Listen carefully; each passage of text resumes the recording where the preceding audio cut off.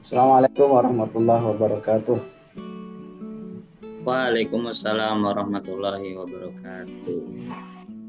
Alhamdulillah wa syukurillah wassalatu wassalamu ala rasulillah wa quwwata illa billah. Baik, mari kita kuliah kita dengan bersama membaca basmalah.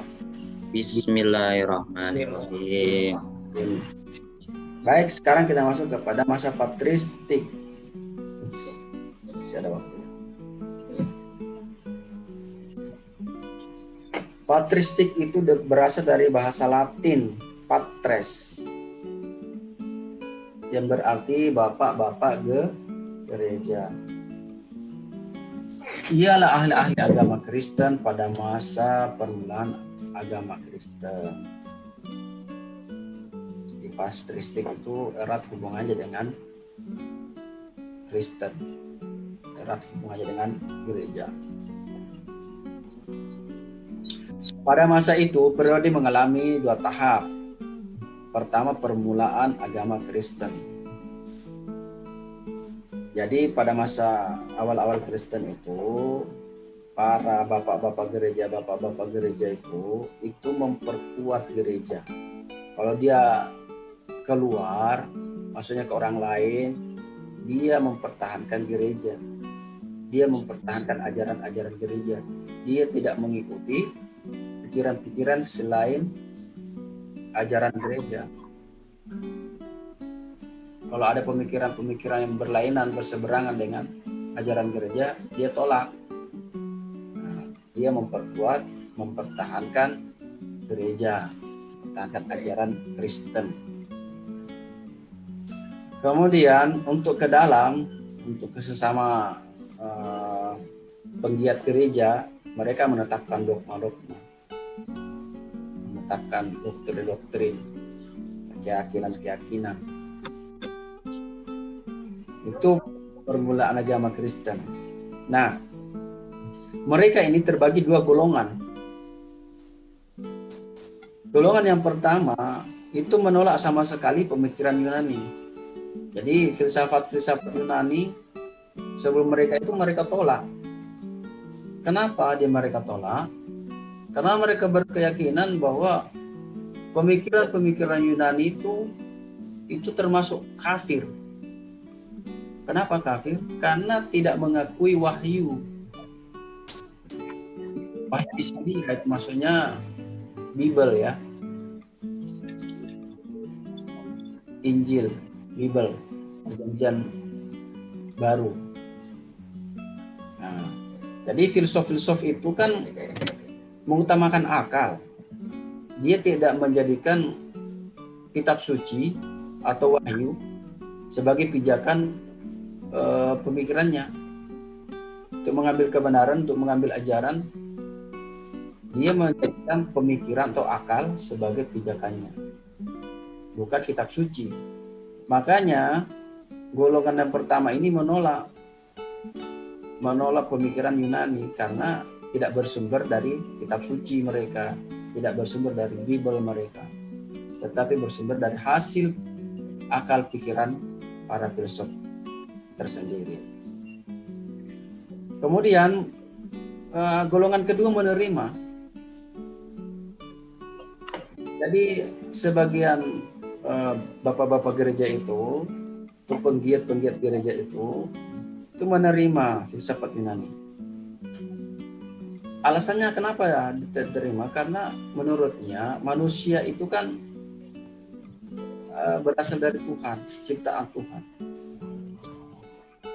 Maka kebijaksanaan atau ilmu atau pemikiran yang dihasilkan oleh manusia itu sebenarnya berasal dari Tuhan. Maka mereka harus diterima, hasil pikirannya itu harus diterima, tetapi harus diselaraskan dengan ajaran kitab suci, harus disandingkan dengan ajaran Bible mereka. Artinya kalau berseberangan ya ditolak, kalau sejalan ya diterima. Artinya akal pada waktu itu harus ditopang oleh kitab suci. Jadi sebagian menerima dan sebagian menolak.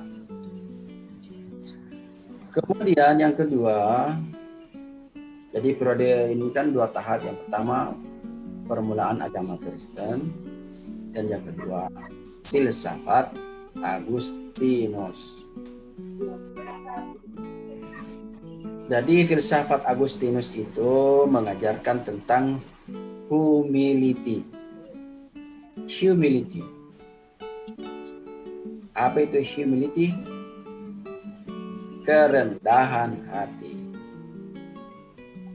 Jadi dia mengajarkan supaya kita itu merendahkan hati. Kenapa harus begitu? Karena dengan merendahkan hati itu akan mendapatkan ketenangan hati. Kalau kita sudah mendapatkan ketenangan hati, maka hati kita ini akan bersatu atau mengalami penyatuan dengan Tuhan. Itu menurut Agustinus. Jadi dia mengajarkan humility, yaitu kerendahan hati. Karena dengan kerendahan hati itu hati akan menjadi tenang.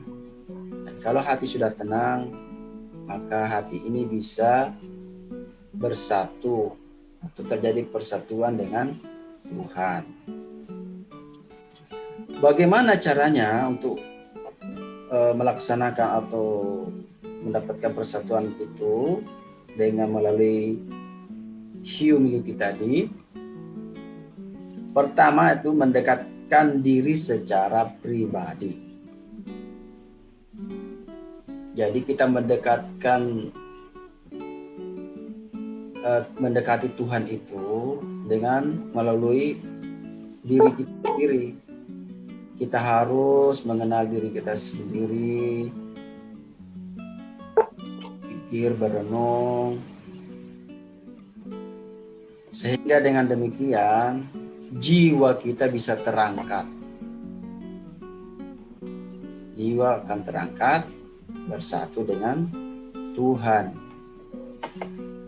Itu menurut Agustinus. Jadi pertama itu mengenali diri sendiri, mendekatkan diri secara pribadi. Kemudian yang kedua, mendekatkan sesama atau yang lain. Jadi kita harus mengenal orang lain, menghargai orang lain, menghargai sesama. Dengan demikian, kita bisa memperoleh rahmat Tuhan. Dan dengan demikian, kita ini akan sembuh, akan bersih dari dosa-dosa. Nah, dengan 2 cara inilah kita bisa mendapatkan ketenangan hati dan hati kita bisa bersatu dengan Tuhan. Ini ajaran Kristen ya, ajaran Kristen filsafat Agustinus. Baik, waktunya sudah habis. Saya kira itu ya tambahan-tambahan dari saya. Sekian dan terima kasih.